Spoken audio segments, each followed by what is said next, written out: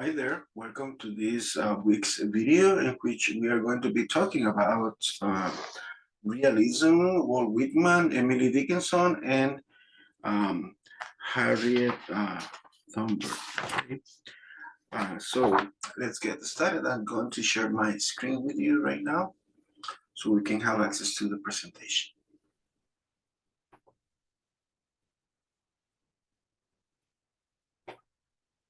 Okay.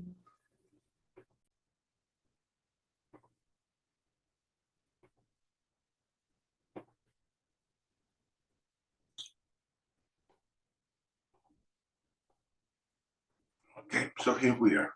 This is the presentation. You can find this presentation, of course, in our um, uh, class, this week's class. I'm going to show bit one. Okay, as usual. So let's get started. As I said before, these are some of the authors we're going to be covering. But today we're going to focus on first the definition of realism, what that is, and the connection between realism and literature of the time. And also, we're going to be talking about Walt Whitman and Emily Dickinson, and then a little bit about Harriet Jacobs.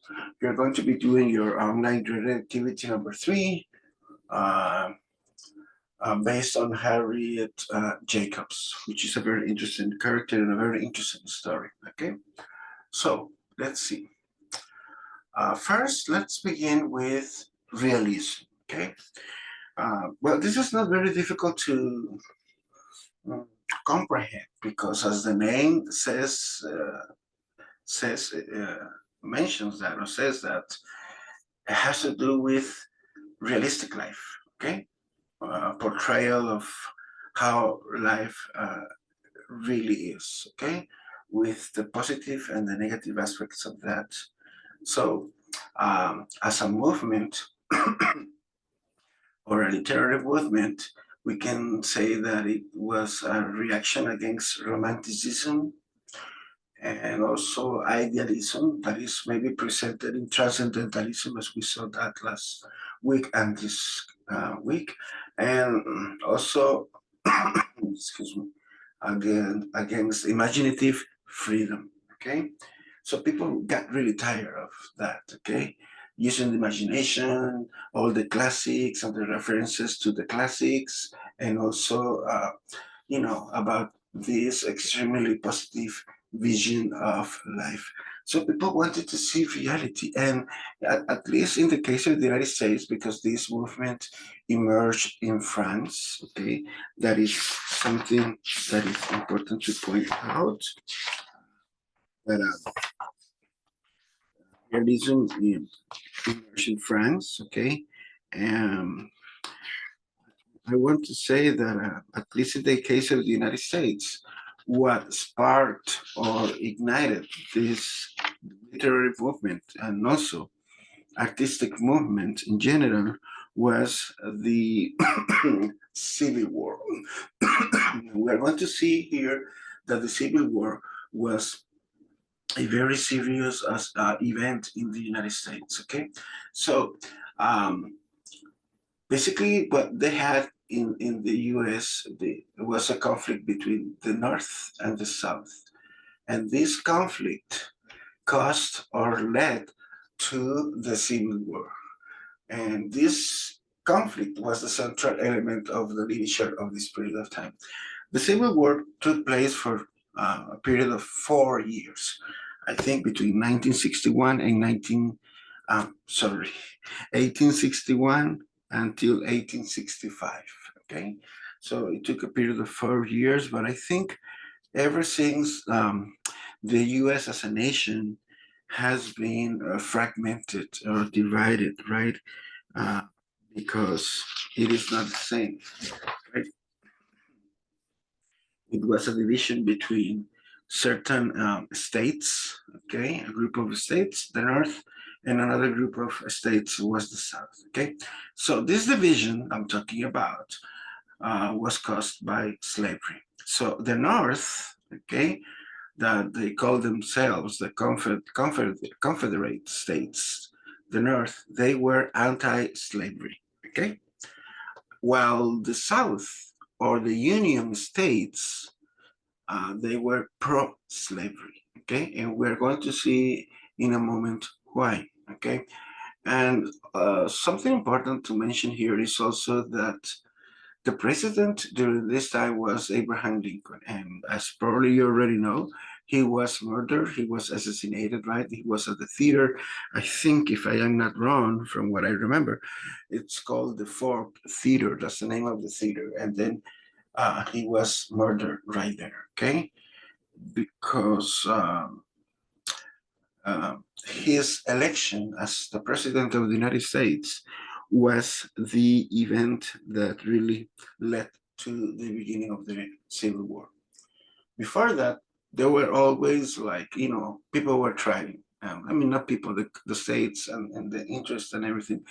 They were almost about to start the Civil War, but it was not until Abraham Lincoln was elected as president of the United States that the conflict really, really, really started. Okay, so let's talk about the characteristics of realism. Okay, um, it is a movement in literature and art that seeks to depict the realities of the natural world as the artist view them at the moment or in the moment, with no more and with no less. Okay, just the way they are.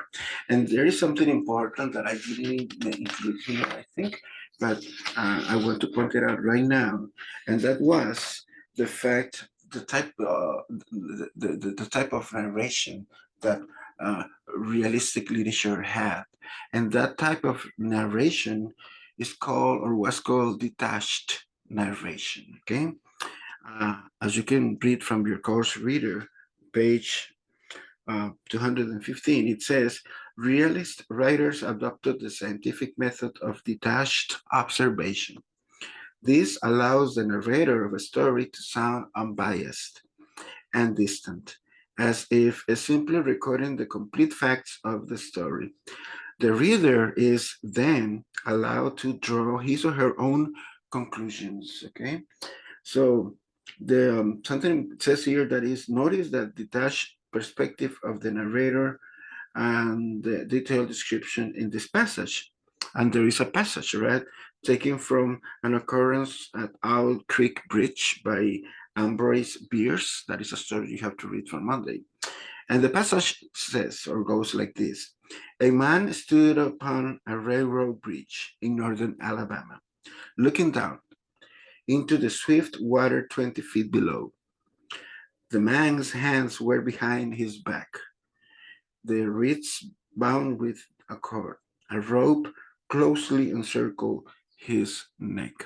So you see what is being described here is the hanging of a man, right? Probably a soldier. Well, when you read the story, you're going to find out. But you see that there are not emotions involved in this description. It's just like an account of the events taking place at the moment, right? You don't see an exaggeration of adjectives or feelings being shown while narrating this story. So this is important, okay? Something else that I want to point out as a characteristic is that realistic authors wrote in colloquial, that is everyday dialogue, okay?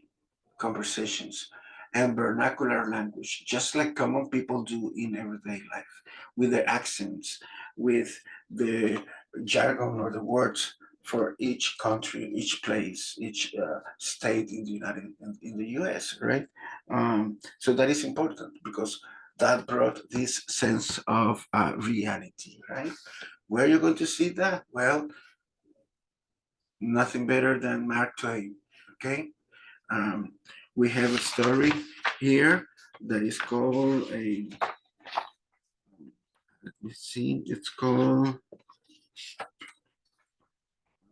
The Notorious Jumping Frog of Calaveras County. And in 2 weeks, you're going to be watching the movie of Tom Sawyer and Huckleberry Finn. That is also interesting because it presents this type of literature, realism, okay? And you're gonna pay attention to the way they speak, okay? So finally, regarding realism, we can say that um, uh, some of the common themes were morality, right? Racism, and also social injustices, okay? Those writers talked about that, presented that, or showed that in their stories. As I said before, they were not taking place directly, but they were providing sufficient or enough content, okay, for the reader to come up with a opinion by the end of the text, okay, of the story. That is also an interesting way of dealing with this topic. Okay, all right. So that is realism, okay? I don't know why I wrote these numbers here. They're not supposed to be there. It is supposed to be 1861, 1855 to 1870 or 1865, more or less. That depending on the book you're going to be reading, that's like the period of time that uh, uh, I don't know, has realism as the main type of literature, right? But I said before, as I said before, that emerged in France, in Europe, and in the US, it came into existence basically because of the conflict between the North and the South and the issue of slavery, okay, in the US. All right? Okay. Let's move on then. Now we are going to be talking about Whitman, and as you see, it's because I had this thing here, these dates, and then I didn't eliminate them, and that's why they are still here. Okay, so Walt Whitman, he was born in 1819 and died in 1892. Okay, it's very famous, important, relevant poet and figure in U.S. literature. Okay. Uh, his main characteristics or elements that why he is famous for, but you have that grammatically speaking, he broke with the rules that the people had. Okay, there was no rhyme, or there is no rhyme in his poetry. That means he wrote in free verse. At the time, that was not common.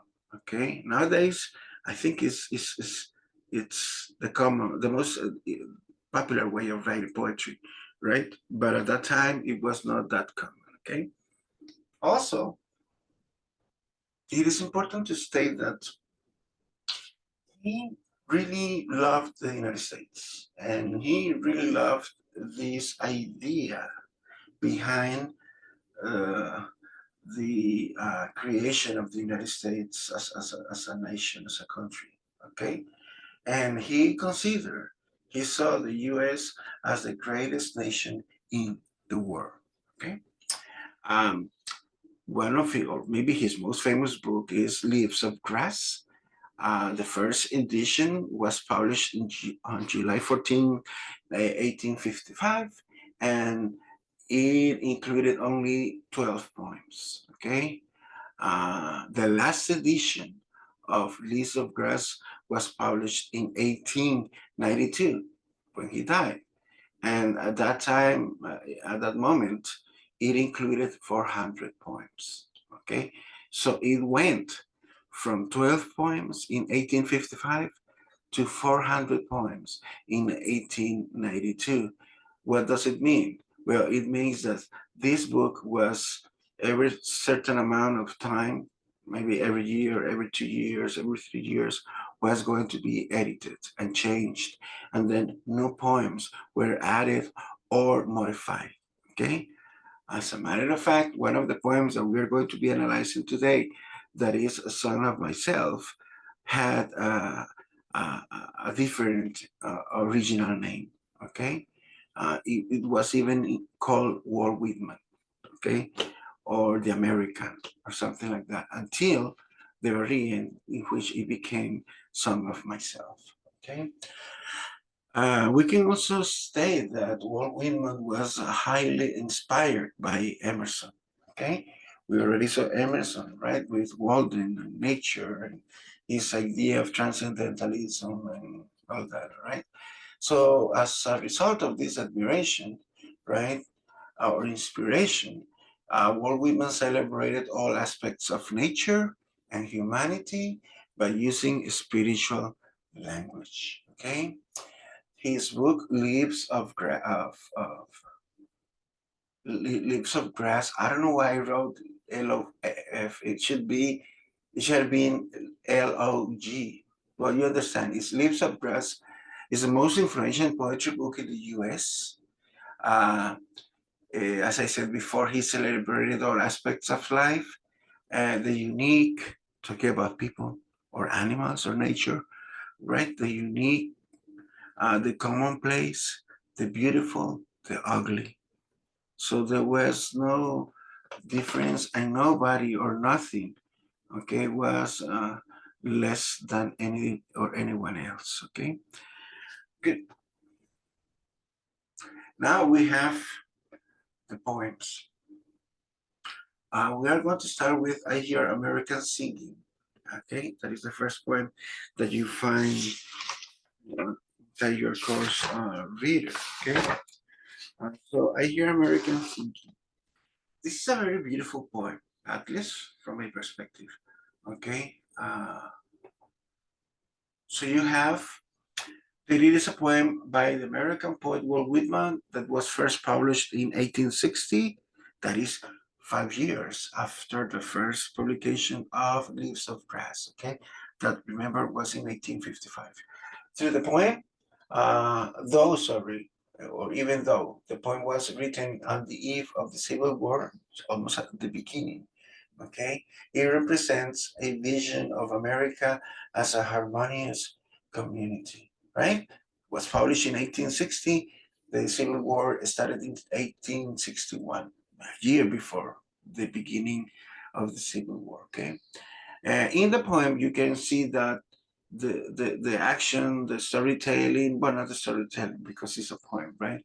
The speaker moves from the city to the country and to the land, and from the land to the sea. Okay, so it is a very democratic poem in that sense.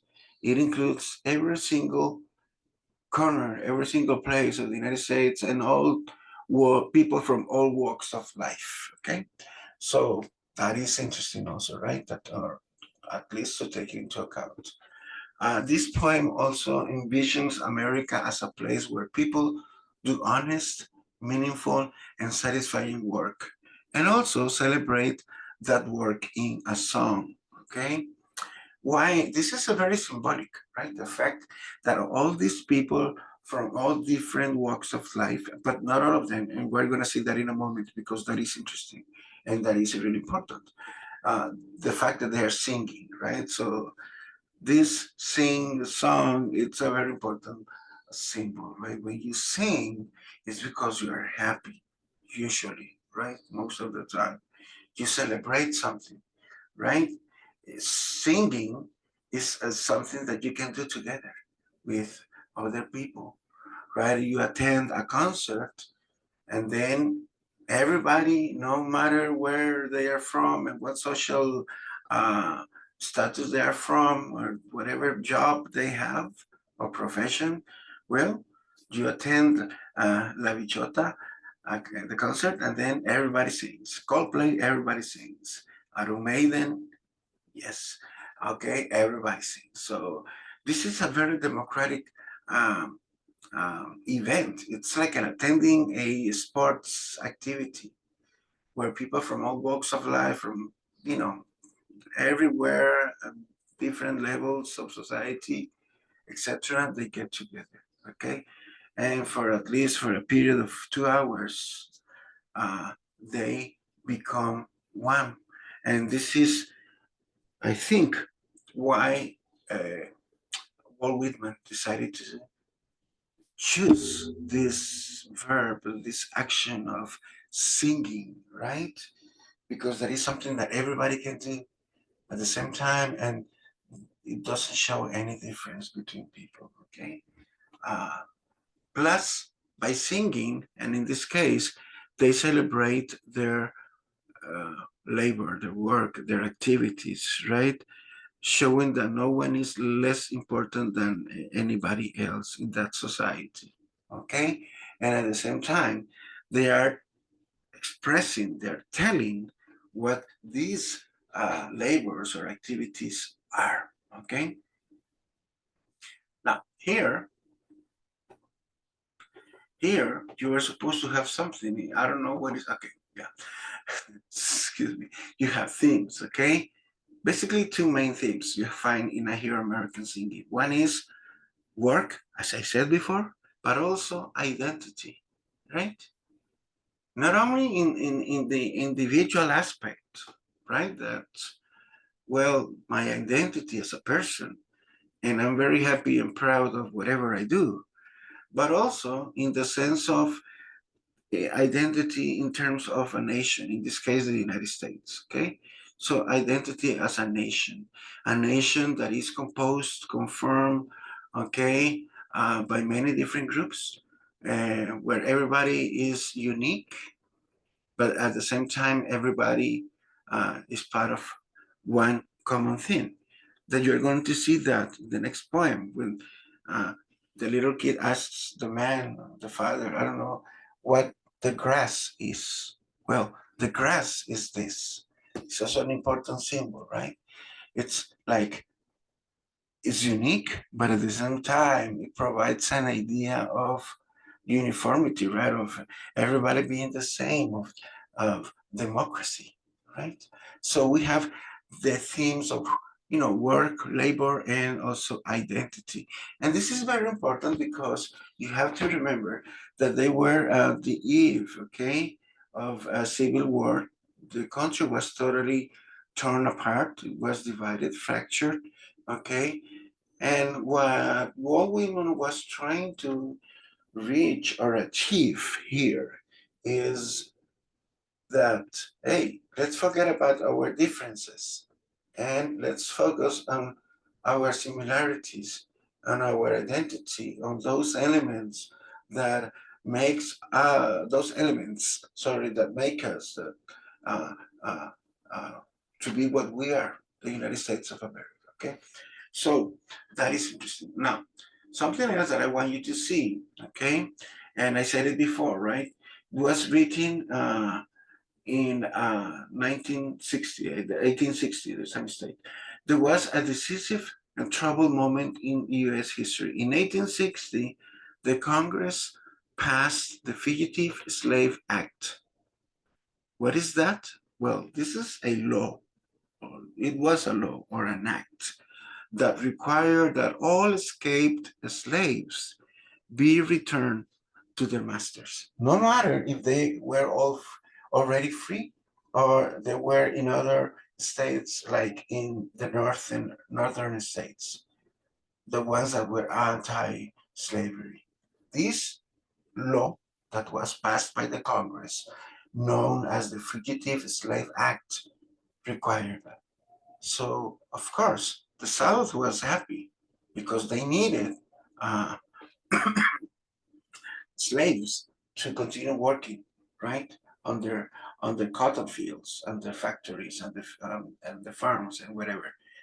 Uh, but the North, of course, they were against that. Okay, so as I said before, and I have repeated several times today, the U.S. was divided, and they were debating what it meant to be an American at this moment in history.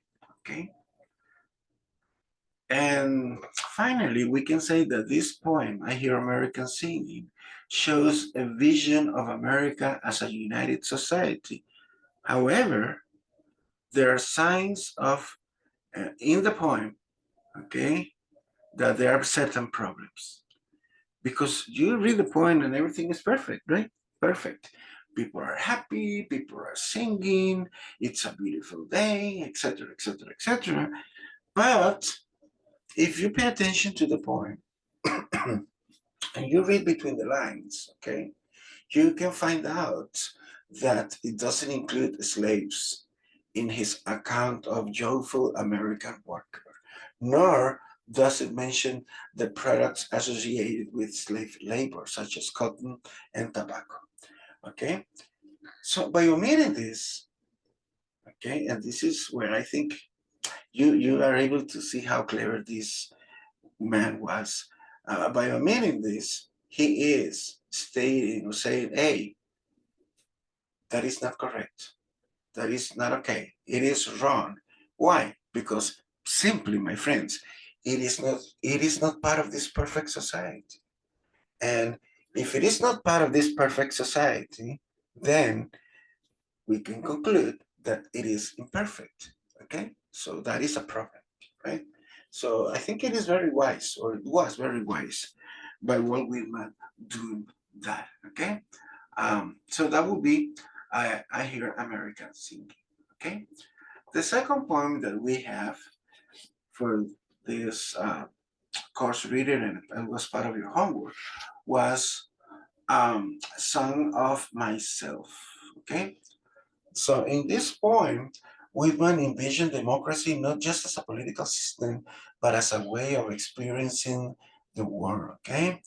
Son of Myself shows that democracy must include all individuals equally, or else it will fail. Okay? Remember what I just said like 5 minutes ago. This symbol, this concept, this idea, this notion of the grass, okay? If you pay attention to the grass, it all looks like the same, but it is not, right? So you can see this idea of a democratic political system, right, in which you have a democracy, but in this democracy, then every single individual, even though is equally portrayed and has the same rights, you have a space for difference, okay, for uniqueness, okay. And if we want to survive and if we want to succeed as a society, well, you have to follow this concept of democracy, where everybody is equally uh, or, portrayed. Okay, uh, if you're not able to do that, that society is entitled to fail. Okay, as Walt Whitman, the specific individual melts away into the abstract myself. That's what you can see in the poem. The poem explores the possibilities for communion between individuals. Okay. We can also say that this poem didn't take on the title Son of Myself, as I mentioned earlier today, until the year of 1881. Okay, in the edition. That is 1 year before he died. Previous to that edition, it had been titled Poem of Walt Whitman, an American. And then in the 1860 and 1867 and 1871 editions of the book, it was simply called Walt Whitman. Okay. Uh, and finally, we can say that Son of Myself is a combination of autobiography, a sermon, and a poetic meditation as the opener, because this is the first poem in the book, as the opener, Son of Myself sets, okay, the tone, what do you want to say in past set, uh, uh, the tone for the collection, announcing a profoundly democratic vision of all beings. And finally, we can say that the poem celebrates the nature of the individual self. Okay? Here, you can see again the influence of Emerson, right? In transcendentalism in Walt Whitman. All right? Good. Now, let's move on. And we are going to talk about another poem that is not included in your course reader, but I think it is important. It is one of my favorite poems, sorry. It is very famous, and you're going to need it later on. You're going to see why for your essay, I think. So I'm going to play a video with the poem, okay?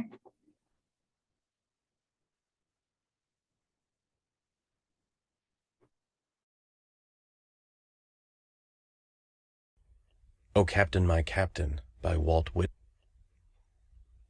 O Captain, my Captain, our fearful trip is done. The ship has weathered every wrack.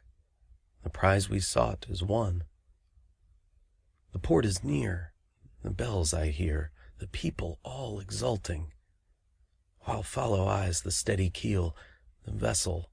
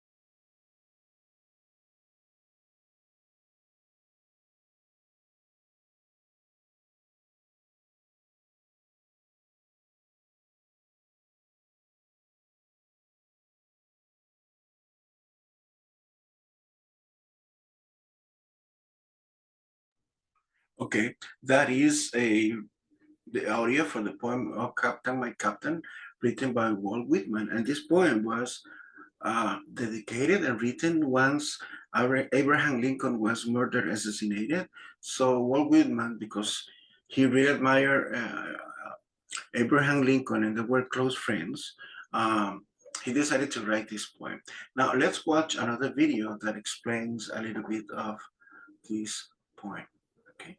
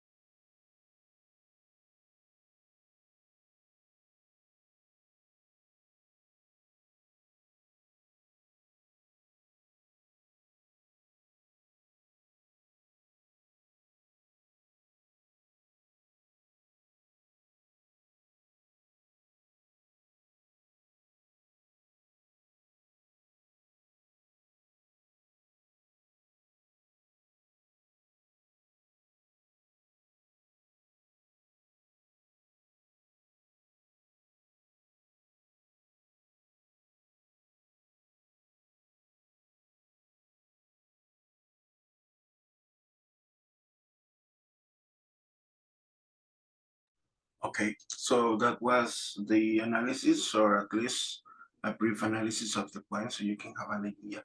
As I said before, we are going to be using this poem later on the semester. Okay, so just for you to know. Let's move on to the next one. We have the great Emily Dickinson. Okay, she was born in 1830 and died in 1886.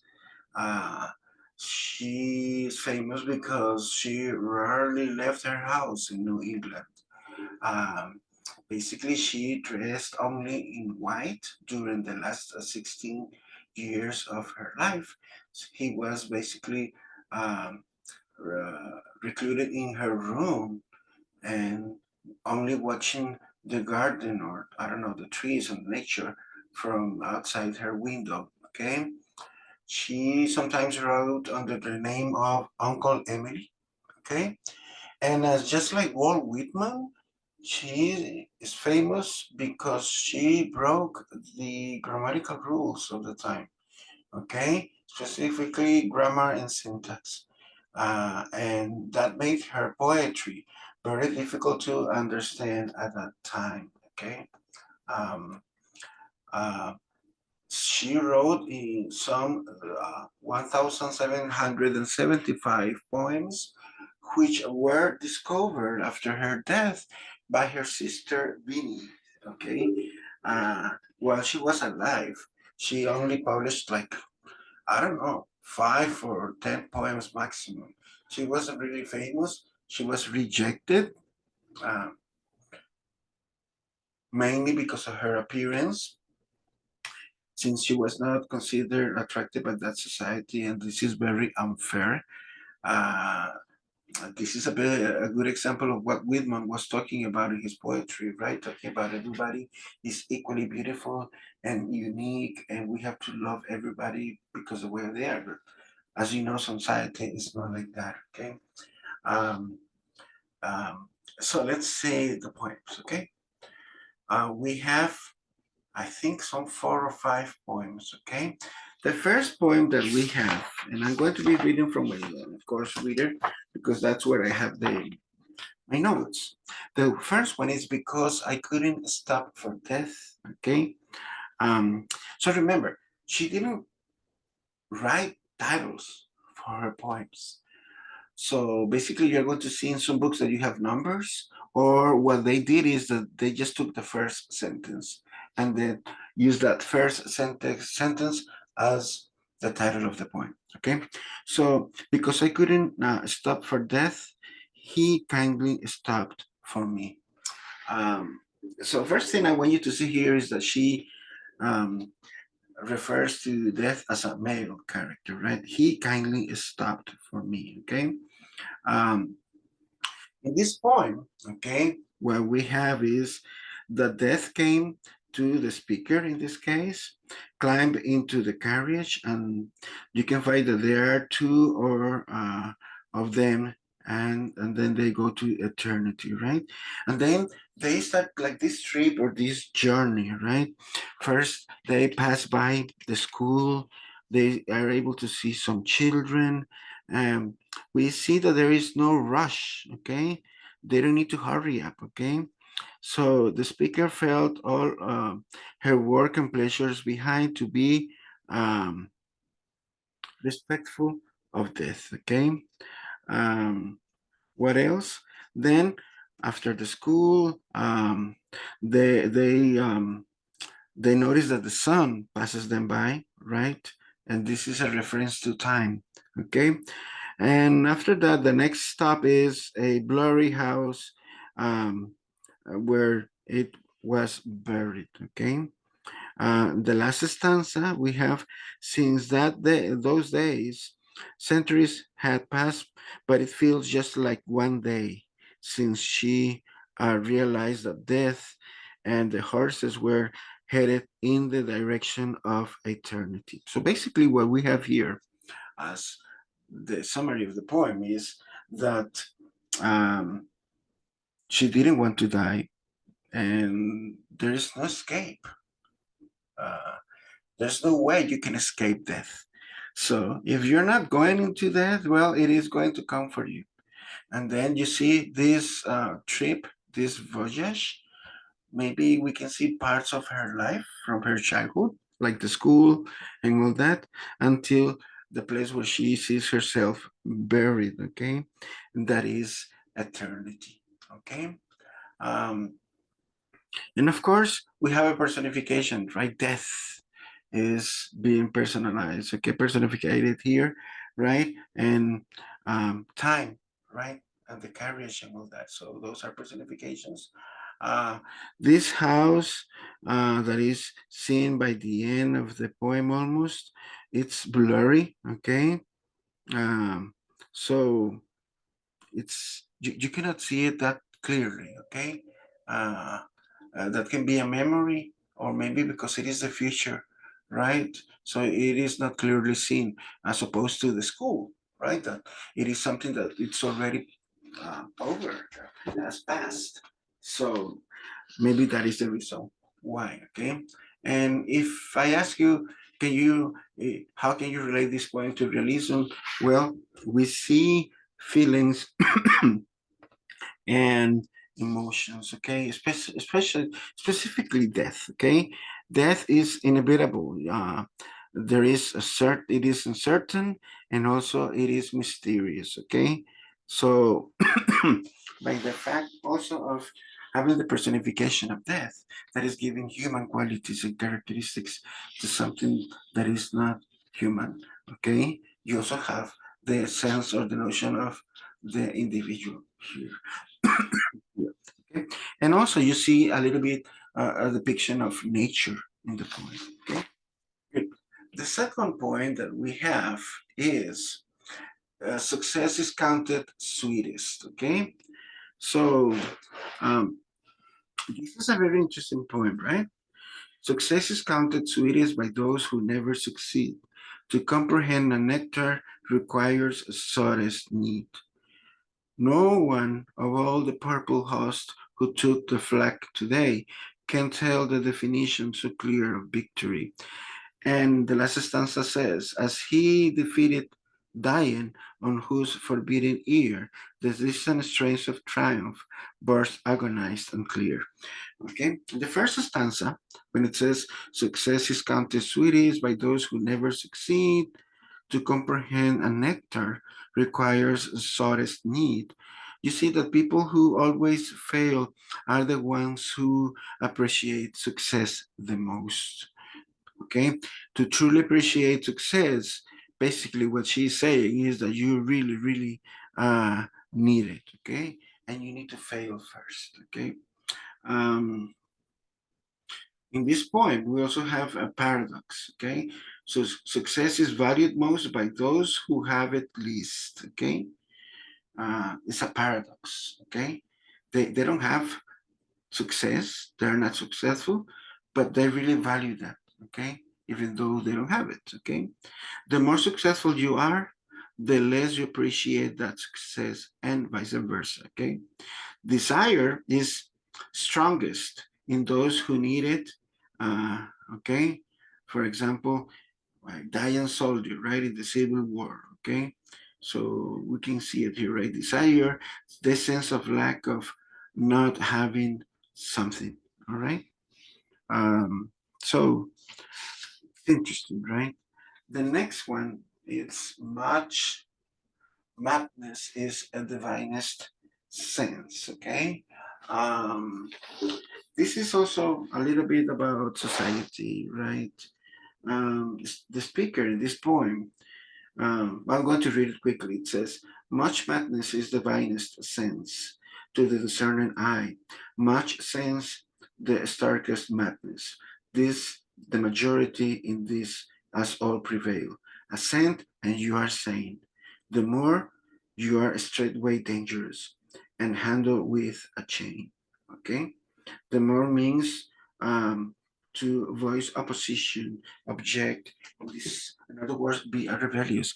Maybe she's having portraying herself here, right?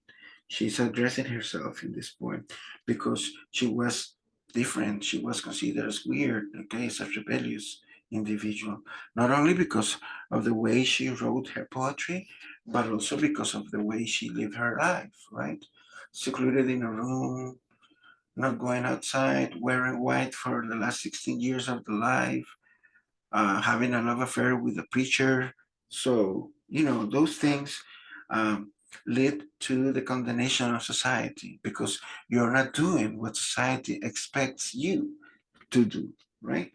Um, so the speaker says that much of what is considered to be crazy, it is actually the opposite, okay? Only those who look at the world objectively can see that, okay? Um, um, the speaker says that it is the majority's fault or the status quo of society, okay? You agree with society norms, you are accepted and you are seen as normal. But if you disagree with society and the norms of society, then you are seen as a threat and will be restrained and restricted. That's the last part of the poem, right? The more that is do not um, agree, and then you are straightway dangerous. You become dangerous, okay? You become a problem, right? And you are handled with a chain, okay? Like in a hospital or, institution, right? For mental people with mental problems, okay? Or even in prison, right? You're wearing a chain, okay? Can this point be applied to our society? Of course. This is still present today. And who is mad and who is normal? Gee, that's a question that never comes to an end, right? I mean, everything depends on the eye of the beholder sometimes. Who determines this? Well, society and the ones with power. Let's go back to Salem and the trials, right? Same thing. Who determined why, or who were the witches in the society, right? The men, the ones with power, okay? When one of these men saw that his wife was going to be also hung up or killed, right? Then he changed his mind and said, no, no, no, no. Maybe they're not witches, and then they were able to escape, but because it affected that person directly. Okay. um, we have the soul selects her own society, right? Um, what the things we have in this poem, we have self-reliance and individuality. In this poem, the speaker justifies her decision to lead a solitary life. The soul, in this case, that is the speaker, rejects the outside world in favor of her own circle. Therefore, the speaker champions individuality and self-reliance. Okay. Um, the soul chooses her own company. Okay. The class the door on everyone else. Okay. It closes the door on anyone else. If that's good, I think that's the way life should be, I guess. Society normally doesn't value self um, reliance and individuality. When you do that, people become jealous of you, right? Sometimes, and they even try to treat you in a bad way. Okay, good. And the last poem, I think, but we are not able to see it here, is I heard a fly buzz when I die. Personally, this is one of my favorite poems, okay? And again, we have the theme of death and loneliness, and we can see maybe that she writes about herself, right? We can see a reflection of her life, right? There's a transition between life and death, okay?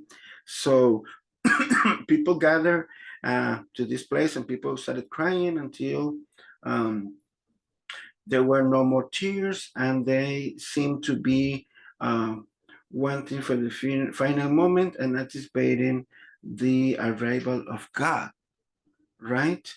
Because she's dying at any moment, so they're expecting God to be there. Okay, so she dies, And what happens?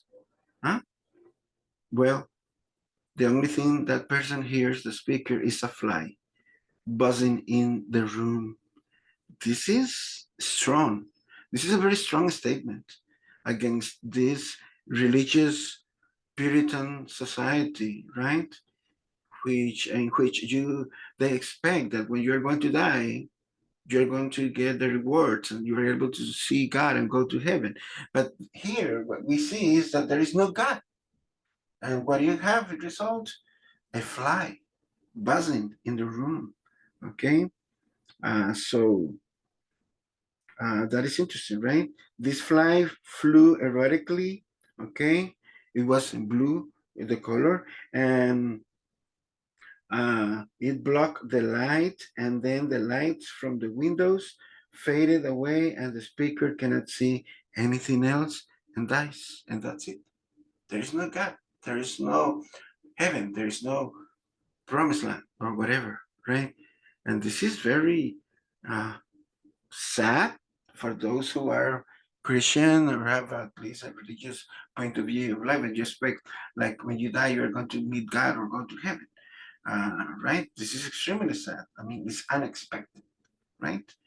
Um, but I think it's very interesting. Okay, that's one of my favorite parts. Now we're going to be talking about Harriet Jacobs. Okay, she was born in 1813 and died in 1897. She was born into slavery in Edenton, North Carolina. Spent 7 years in hiding. Okay, because she ran away and used fictitious names in her autobiography. Okay, she became an abolitionist and an author. Okay, and then her book "Incidents in the Life of a Slave Girl" is one of the few slave narratives written from a female point of view. I'm going to uh, upload the book. You're going to find that in the supplementary section in case you want to download it and read it um, for fun, okay? Or you can read that later on after the semester is over, okay? I think it is very interesting and you can have a different perspective of things, okay? Um, and then what you have here is an excerpt, okay, of incidents in the life of slave girl. Okay, I'm not going to talk much about this because we're going to be watching the movie. Okay, well, based on this a little bit. Okay, so that's what I'm not going to be talking about this because we're going to be watching the movie. That is going to be for your online graded activity number 3. You're going to find the movie Harriet in the movie theater section, and as usual, you're going to find the directions and and the link, but it is not available now. It is not going to be available now. It is going to be available on Monday. So um, because I want to talk about the spirituals, okay?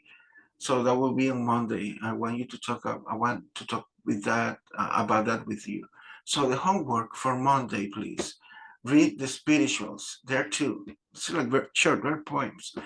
Swing Low, Sweet Chariot, and the second one is Follow the Drinking Gourd. Okay, those two spirituals. Read them, please. Then read the short story An Occurrence at Owl's Creek Bridge by Ambrose Bierce. Read the background number 4 on regionalism and naturalism.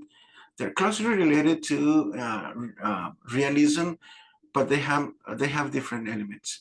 And 3 poems. I love these poems by Stephen Crane.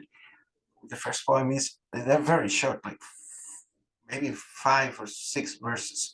A man said to the universe.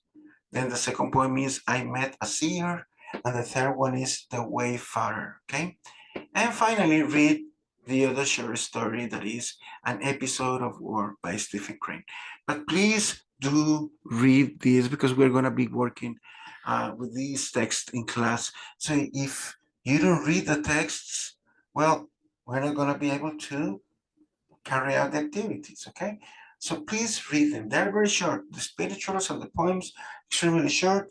The background number 4 on regionalism and naturalism is just like 6 pages. And then the 2 short stories, An Occurrence at Owl Creek Bridge by Ambrose Bierce, and then An Episode of War by Stephen Crane. Okay, and that will be it for